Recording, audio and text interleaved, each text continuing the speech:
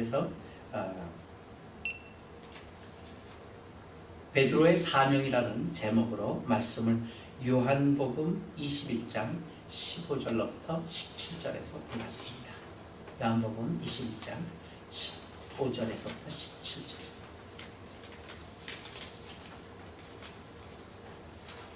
짧으니까 우리 한번 같이 같은 목소리를 읽겠습니다.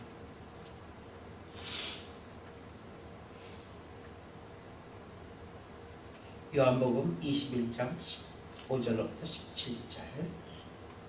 다 같이 시작. 그들이 조각 먹은 후에 예수께서 시몬 베드로에게 이르시되 요한의 아들 시몬아 내가 이 사람들보다 나를 더 사랑하느냐 하시니 가로되 주여 그러하외다. 내가 주를 사랑하는 줄 주께서 하시나이다. 가라사대 내 어린 양을 먹이라 하시고 또 두 번째 가라사대 요한의 아들 시몬아 내가 나를 사랑하느냐 하시니 가로되 주여 그러하외다. 내가 주를 사랑하는 줄 주께서 아시나이다.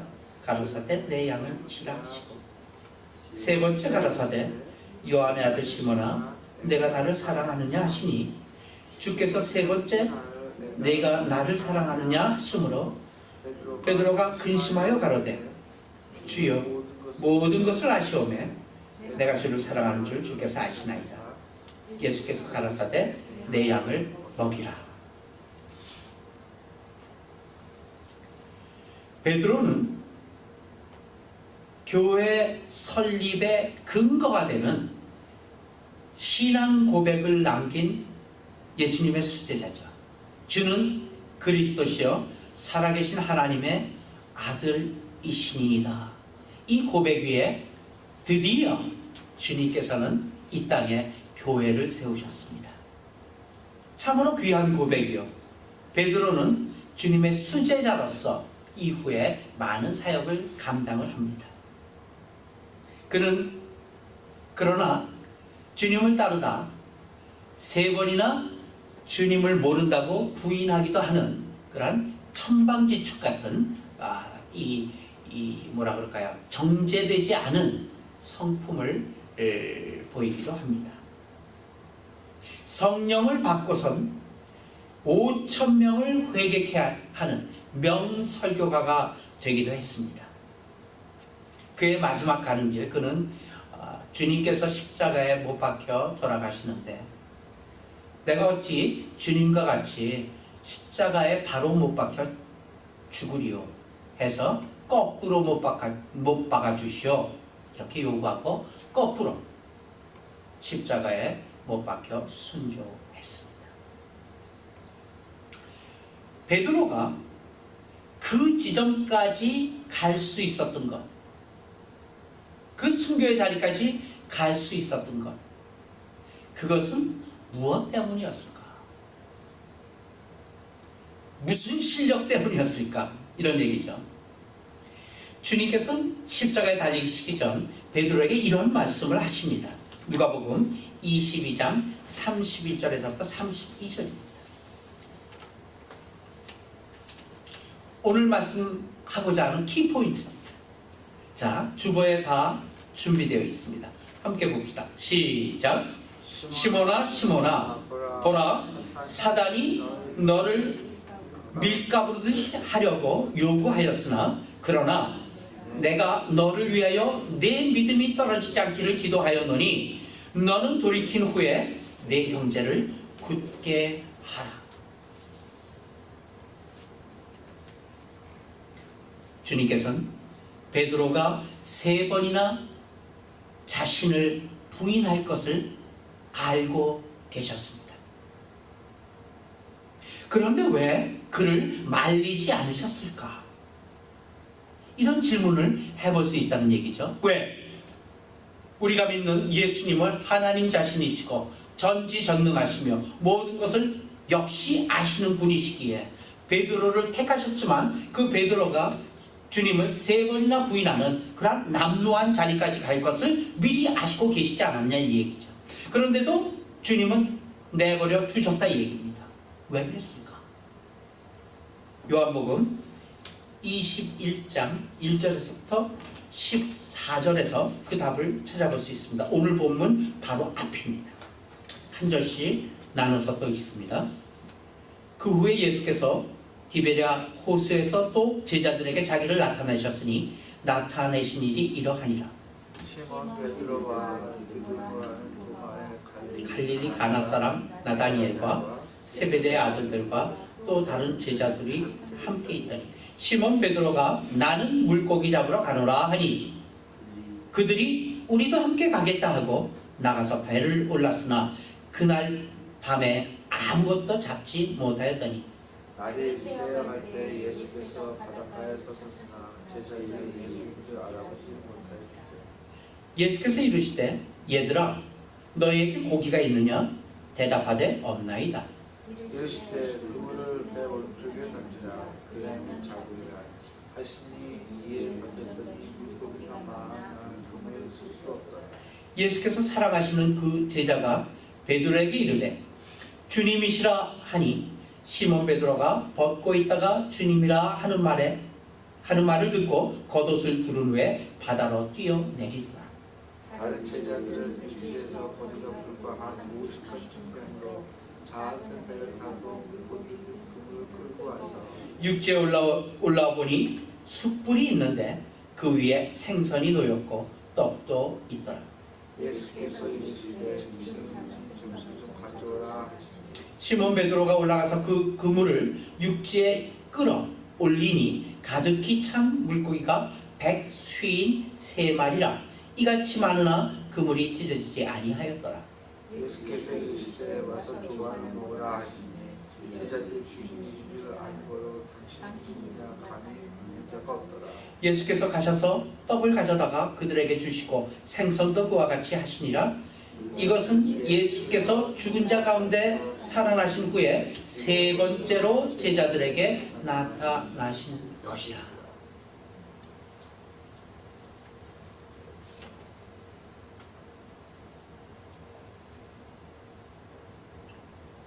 예수님 세 번 내가 나를 사랑하느냐? 이렇게 베드로에게 묻습니다. 그 질문을 자세히 살펴봐야 돼요. 그런데 우선 그 질문을 하시고 계신 정황이, 환경이 어떤 상황이냐를 먼저 알아야 되기에 앞에 부분을 읽었습니다. 전날부터 베드로와 몇몇 제자들이 디베랴 바닷가에서 고기를 잡습니다.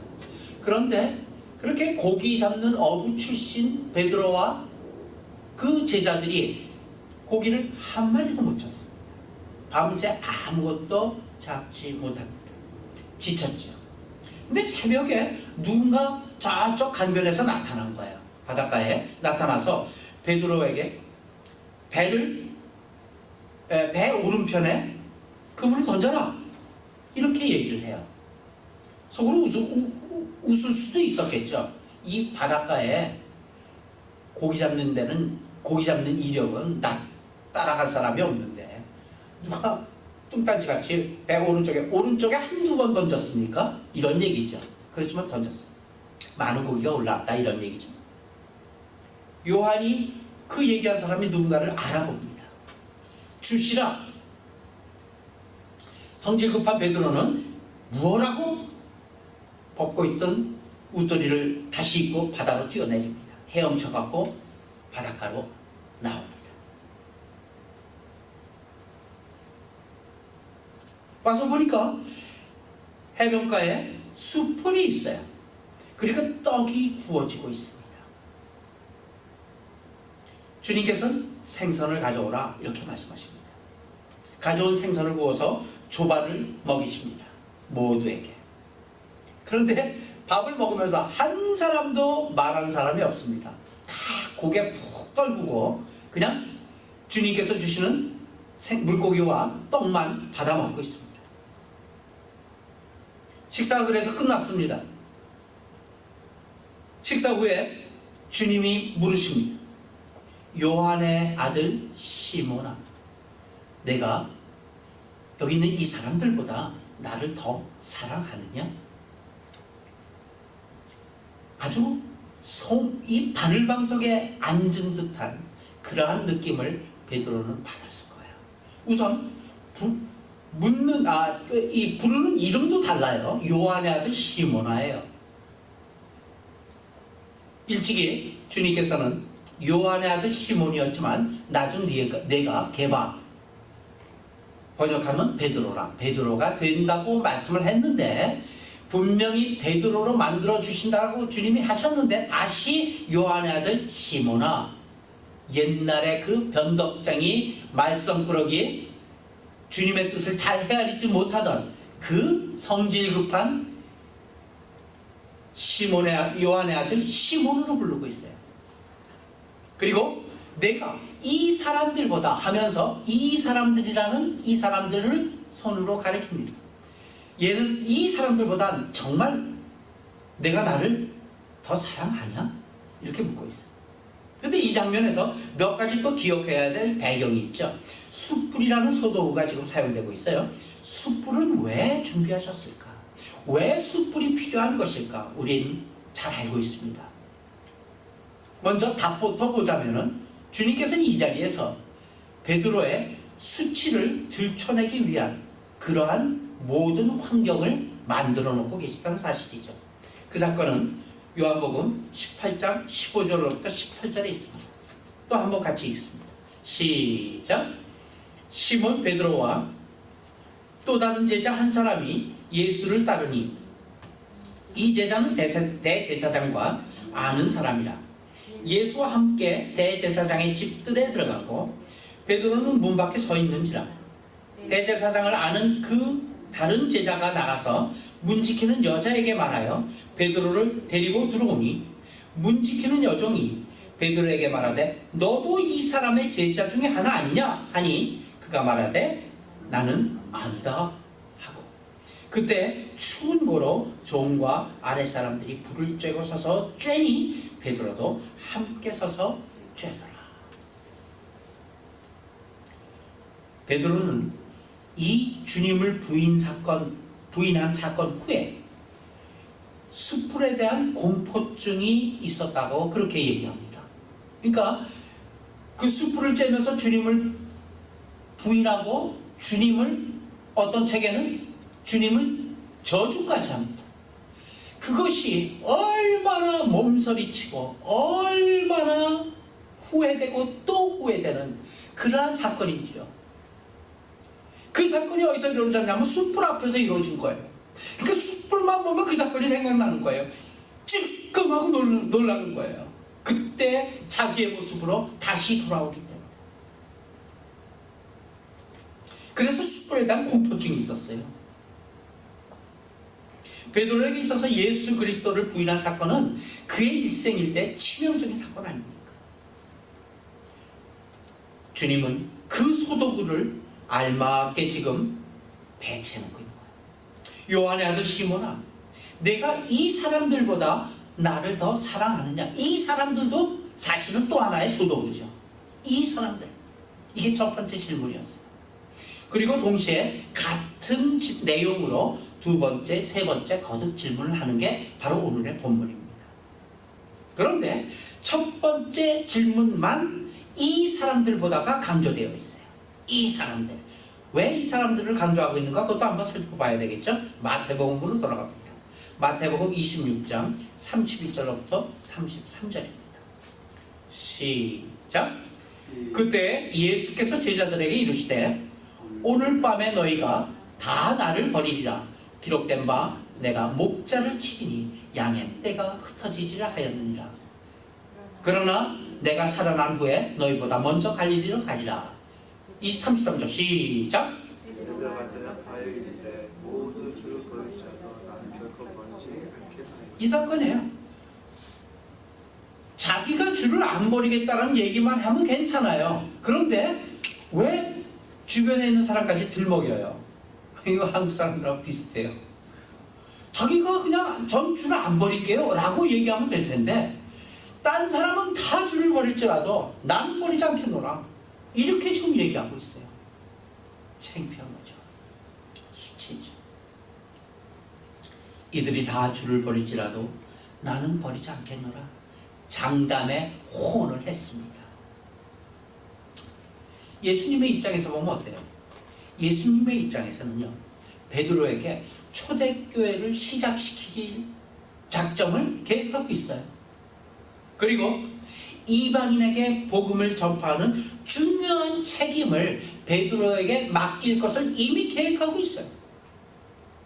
그가 설교를 하고, 그래서 5,000명이 회개할 것도 미리 알고 계셨고, 안진뱅이를 일으켜 고칠 것도 알고 있어요.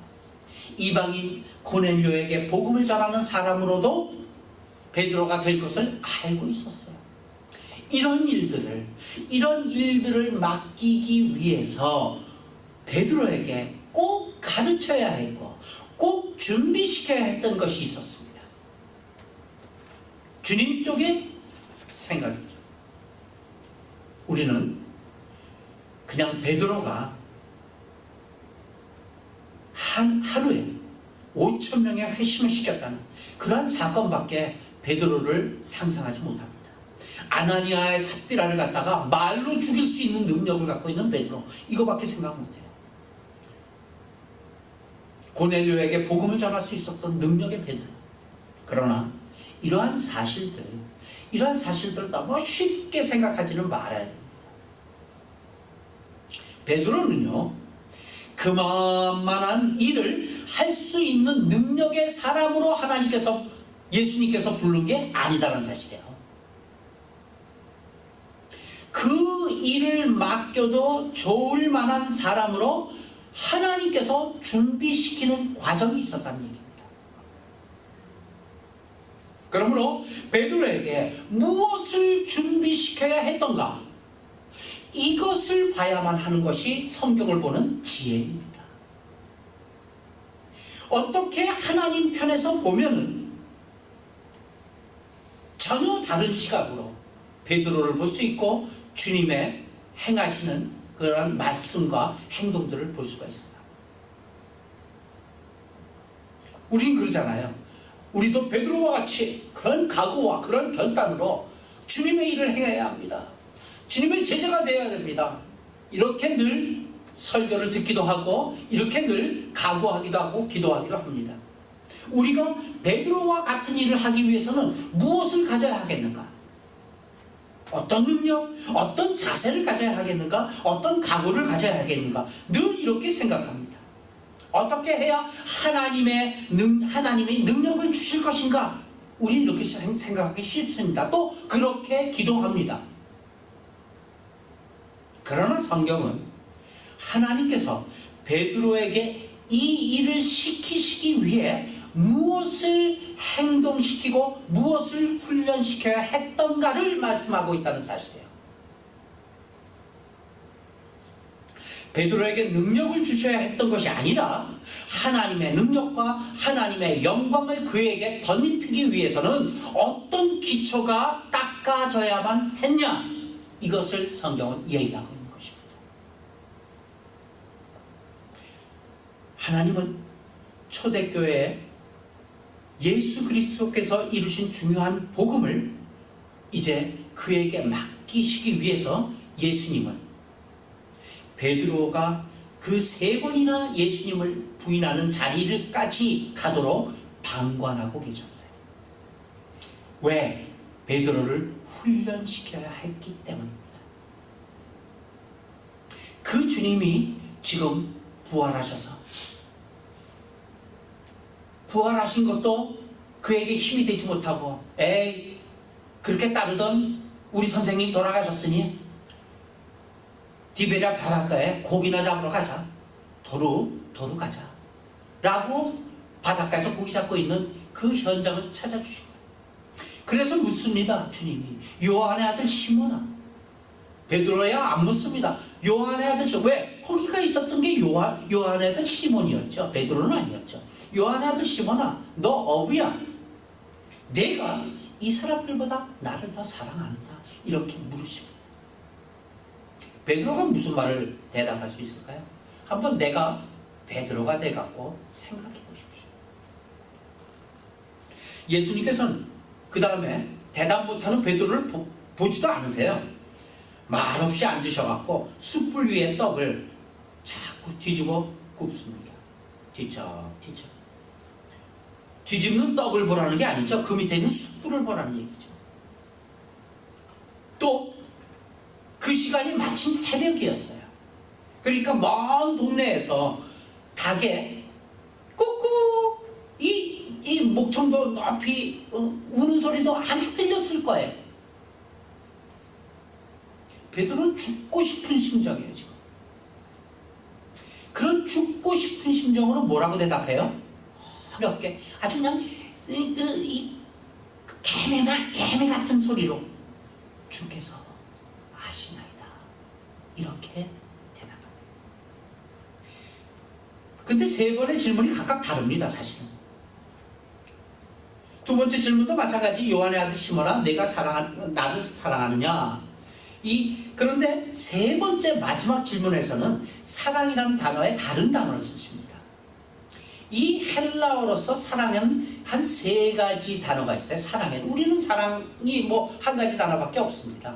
그런데 뭐 미국도 마찬가지죠. 근데 헬라어에는 사랑이 세 가지 단어가 있어요.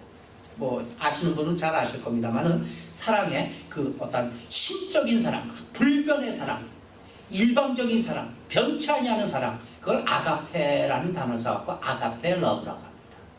그래서 그 아가페라는 단어를 많이 쓰고 있지 않습니까? 요즘에도 아주 완벽한 사랑이죠.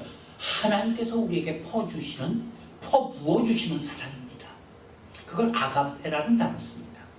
때론 필레오라는 단어를 쓰기도 합니다. 사랑의 이란 단어로 필레오라는 사랑을 쓰기도 하는데, 그 필레오라는 그 단어는 부모가 자녀에게 하는 사랑, 혹은 이 친구와 친구 사이의 사랑도 필레오의 사랑이 될 수 있습니다. 뭐 사람으로서 할 수 있는 굉장히 숭고한 사랑이에요, 이것도요. 지금 백목항에 아직까지도 남아서 자녀를 기다리고 있는 유가족들의 그 사랑, 필레오 사랑이라 할 수 있습니다. 그리고 또 에로스 사랑이라고 있어요. 에로스는 남녀 간의 사랑을 얘기할 때 에로스, 남녀 간의 사랑, 이렇게 세 가지 단어가 있는데, 지금 주님의 질문을 보게 되면요, 첫 번째 질문과 두 번째 질문에서 내가 나를 사랑하느냐에 그 사랑이라는 단어로 쓴 게 아가페라는 단어를 썼어요. 그 완벽한 사랑, 하나님께서 우리에게 퍼주시는 사랑, 그러한 사랑을 하느냐, 이렇게 묻고 있는 거예요. 그때 베드로는 잘 모른다, 주님께서 하신다고 답변하죠. 그래 마지막에 세 번째 묻는 사랑은, 그러면 너는 필레오는 하느냐, 이렇게 묻는 것입니다. 그 필레오는 뭐냐면은 앞서 설명했듯이 부모가 자식에게 주는 사랑, 친구와 친구가 간에 있어서 아주 끈끈한 사랑, 그러니까 인간이 할 수 있는 최지고의 사랑이죠. 필레오는 하냐, 네가? 이렇게 묻습니다. 그렇게 묻는 게 뭘까요? 사실 주님께서 그렇게 묻고 계신 저변의 이유가 무엇인가요? 지금 베드로가 하는 이야기를 믿을 수 없다는 얘기입니다. 내가 하는 말을 믿을 수 없다는 얘기예요. 안 믿으신다는 얘기예요. 근데 중요한 게 있어요. 그럼에도 불구하고 그 뒤에 내 양을 먹이라, 내 양을 치라고 말씀하고 있다는 사실이에요.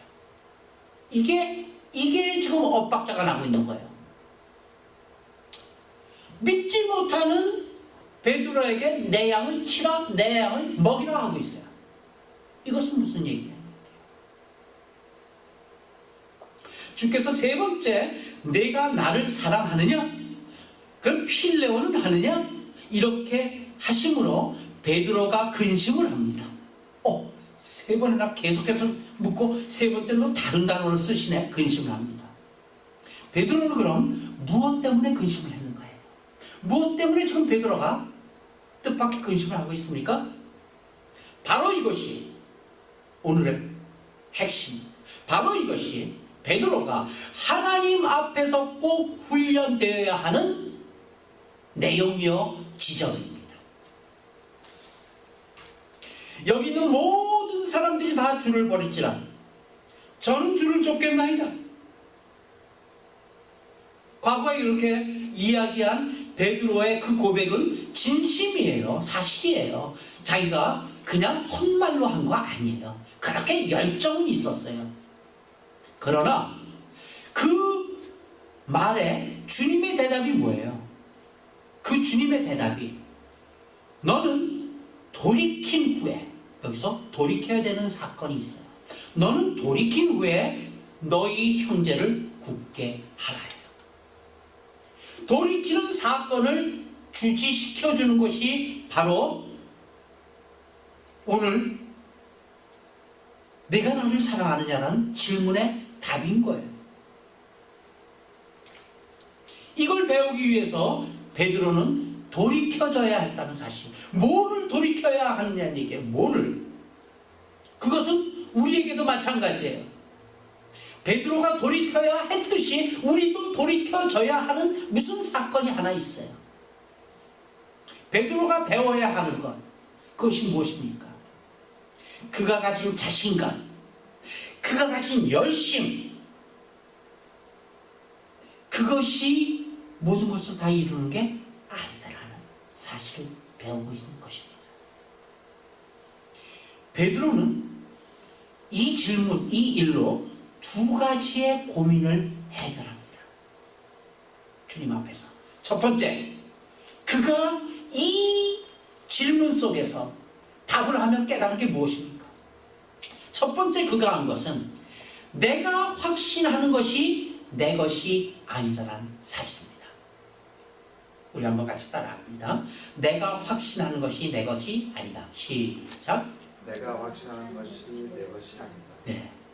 내가 결심했다 해서, 내가 각오했다 해서, 내가 결단하고 했다 그래서 그것이 내 결과가 되지 않는다는 것을 배우는 것입니다. 두 번째는 뭐예요? 베드로는 자신이 그럼 그것을 안 자신이 할 일이 무엇이라는 걸 배웁니다. 내가 각오하고 결단하고 내가 결심해서 열심히 그것을 하기로 하면 그것이 되는 것 아니다라는 사실을 안 지금 현재의 베드로가 할 일은 무엇입니까? 최선을 다하는 길밖에 없다는 것을 배운다는 사실입니다. 내가 최선을 다해도 되지 않는다는 것을, 내가 최선을 다해도 되지 않는 것을 아는 사람이 할 일이 무엇입니까?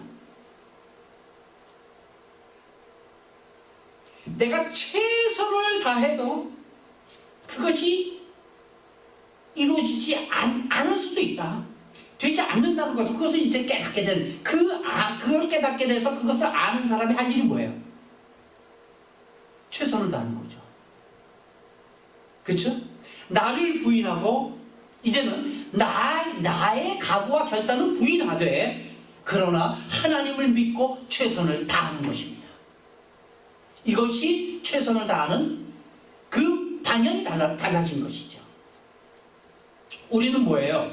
우리는 내가 최선을 다하면 내가 최선을 다해서 내가 무엇을 한다, 이거 아닙니까? I can. 나는 내가 할 수 있다. 할 수 있다 하시니 뭐 이런 찬양도 있잖아요. 내가 할 수 있다. 각오하면 무엇인가? 하나님께서 아니라는 얘기예요. 내가 할 수 있다 각오하고 내가 최선을 다해도 안 될 수 있다 이 얘기야. 최선을 다해서 아이들을 구조하고자 했는데 아이들이 그만 생명을 잃은 채로 발견될 수 있다 이 얘기예요. 그러나 그 사실을 아는 사람이 할 일이 뭐예요? 최선을 다하는 일이죠. 그렇지만 내가 최선을 다하면 된다를 가지고 하는 이 자세와 내가 최선을 다했지만 그러나 결과는 하나님의 것이다라고 하는 거하고 천양지차예요. 그것이 뭐라고요? 그것이 믿음이라는 사실입니다. 내가 최선을 다하며 한다는 것은 일의 결과가 내 손에 있다고 믿는 거예요. 일의 결과가 내 손에 있습니까? 없습니다. 이제 우리가 그것이 내 손에 있지 않다는 것을 아는 차원에서 우리가 최선을 다하는 것은 무엇입니까? 하나님 앞에서 하나님의 사람으로 삶을 살아가는 최선의 방법이 그것이기 때문에 그런 것입니다. 결과에 관계없이 최선을 다할 수 있는 것, 결과에 관계없이 내가 최선을 다할 수 있는 것, 그것은 뭐예요? 그것이 뭐예요? 하나님을 향한 사랑이기 때문에 그런 것입니다. 결과를 사랑하고 하나님을 사랑하지 않는 경우가 얼마나 많이 있습니까? 그렇죠? 그 결과, 내가 최선을 다한 그 결과를 사랑하는 거지 하나님을 사랑하는 게 아니에요.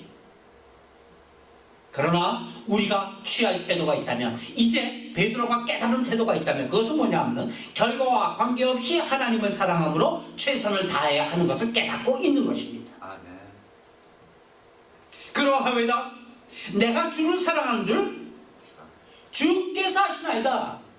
결과는 누구 것이라고요? 하나님 것이라고요. 주께서 아신다고요. 나는 모른다고요. 최선을 다할 뿐이라고요. 숯불 앞에서, 새벽에 닭 울음소리 앞에서, 아니 많은 동료들 앞에서 베드로는 그렇게 고백을 하고 있는 것입니다. 주께서 아시나이다.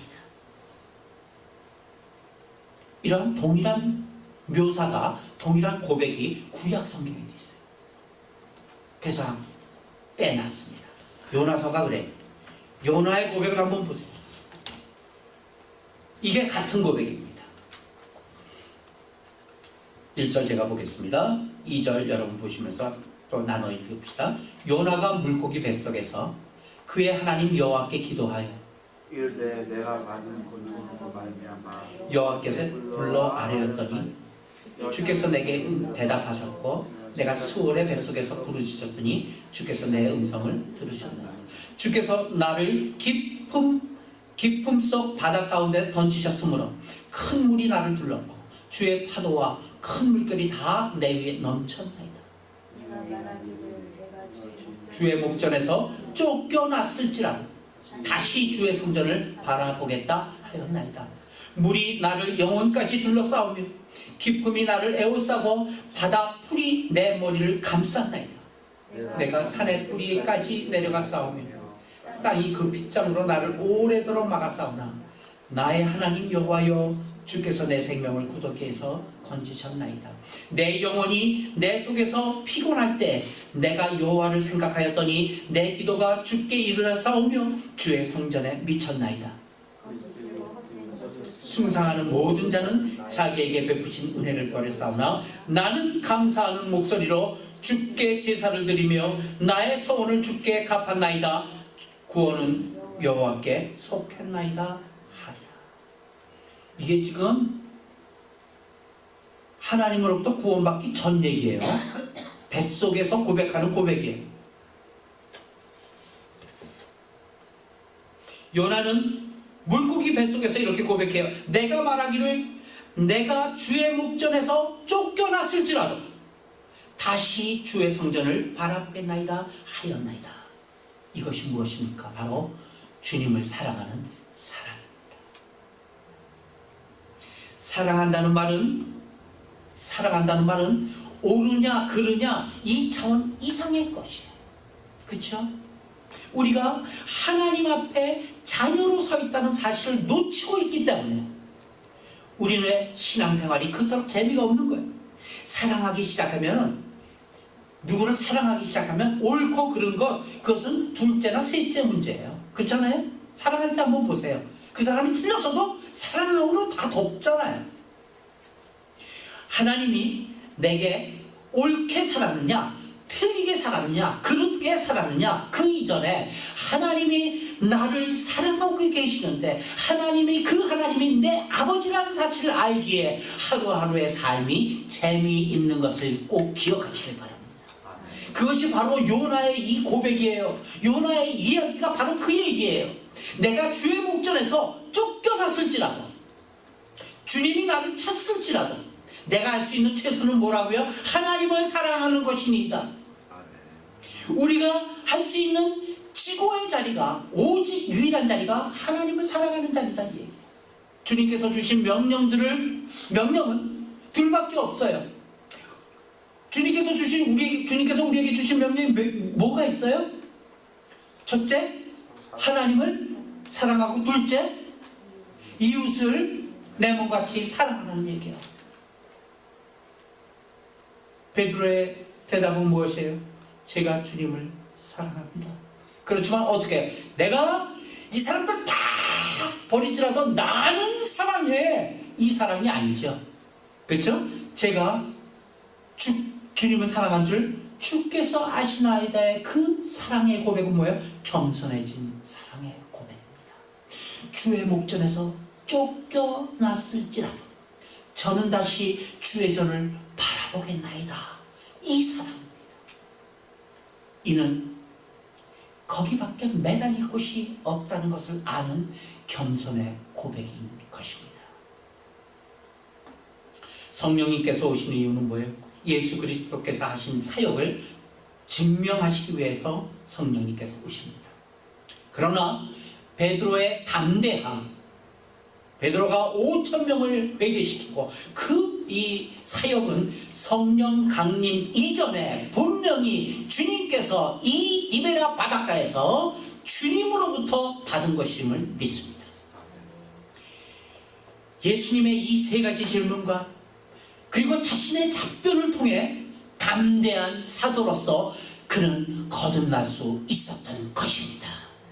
우리는 너무 쉽게 베드로와 다른 모든 사도들의 능력이 성령 강림 때문이라고 그렇게 단정해버리기 쉽습니다. 한번 가봅시다.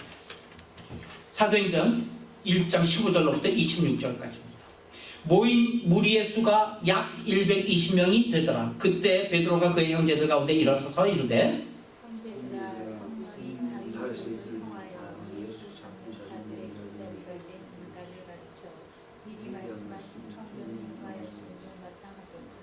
이 사람 본래 우리 수 가운데 참여하여 그 직무의 한 부분이 맡았던 자라. 이 사람이 우리의 삭스로 밭을 사고 이에는 한박질하여 배가 터져 천사가 다 흘러나오지라. 이 일에 예루살렘에 사는 모든 사람에게 알려져 그들의 말로는 그 밭을 아겔다마라 하니 이는 피밭이라는 뜻이라. 10편에 기록하였으되 그의 거짓을 황폐하게 하시며 거부한 자가 없게 하셨고 모두 이르시되 그의 직분이 타인이 취하게 하소서 하였도다. 이러함으로 요한의 세례로부터 우리 가운데 올려져 가신 날까지 주 예수께서 우리 가운데 출입하실 때 주 예수께서 우리 가운데 우리와 더불어 예수께서 부활하시는 승원할 사람이 되게 하였으라 하니라 하거늘.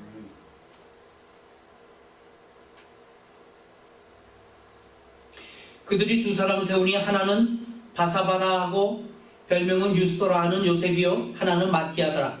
그들이 기도하여 이르되 무사의 마음을 아시면서 이 두 사람이 누가 주님께 믿으실까 되어 봉사와 사도의 직무를 대신할 자인지 보이시옵소서. 유다는 이 직무를 버리고 제 곳으로 갔나이다 하고 제르보와 마티아를 얻으며 그가 제자의 수에 늘어간다. 성령 강림 이전에 베드로는 12제자의 수에 한 사람을 추가시키는 일을 합니다. 지금 읽은 본문입니다. 이제 하나님이 베드로에게 요구하신 것은 무엇인가요? 최선을 다하라. 내 최선을 다하라. 그것으로 그 최선으로 인해서 결정이 나는 것은 아니다. 그러나 내가 내 부름에 순종하여 내가 할 수 있는 최선을 다할 때 내가 너를 통하여 나의 일을 하리라. 이 얘기입니다. 이 결론을 그 마음에 얻어내는 기초 준비가 필요했던 것입니다. 베드로는 예수님 대신 설교를 하고 이방인에게 복음을 전합니다. 유대인에게 먹을 수 없는 것들, 보자기에 싸서 내려올 때 자기 뜻을 굽히죠. 자기 뜻을 굽히고 내가 깨끗하였으니 먹으라. 거기에 순종을 합니다. 그가 힘있고 그가 담대하고 그가 위인이고 그가 잘나서 한 일은 아무것도 없습니다. 베드로를 통해서 이제 하나님께서 일하시는 것입니다. 베드로를 통해 고넬료 가정을 택했기 때문에 드디어 빌립이 사마리아에 가게 되고 그리고 바울이 이방에 가서 복음을 전합니다. 그래도 시비가 없게 되는 것 다 하나님께서 하신 일입니다. 그 그릇이 되도록 베드로를 만드신 건데 그 그릇이 무엇이냐는 얘기입니다. 결과는 누구의 것? 하나님의 것. 그러나 그것이 하나님의 것이기에 우리가 할 수 있는 은 뭐예요? 최선을 다하는 거죠. 왜? 결과를 모르기 때문에. 그것이 하나님을 향한 우리의 사랑이라는 얘기입니다. 우리의 사랑은 참으로 보잘것 없습니다. 상황에 따라 형편에 따라 변할 수 있습니다. 주님께서 아십니다. 베드로가 그래서 그렇게 고백한 주님이 제가 주님을 사랑하는 줄 주께서 아시나이다. 보잘것 사랑입니다. 그 보잘것 것을 알고 그 전심을 꺼내놓는 마음, 그것을 하나님이 원하신다는 사실입니다. 우리가 대단해서 하나님께서 원하시는 게 아닙니다. 보잘것없지만 그 보잘것없는, 정말 보잘것없는 것이라도 이것밖에 없으니 주님 이것으로 최선을 다하겠습니다.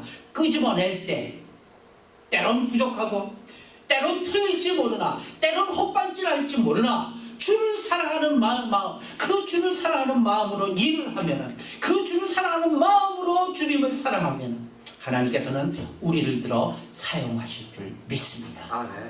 부족하지만 하나님 앞에 하나님이 기뻐하는 다윗과 같은 그런 우리 모두가 되길 예수님의 이름으로 축원합니다. 기도합시다.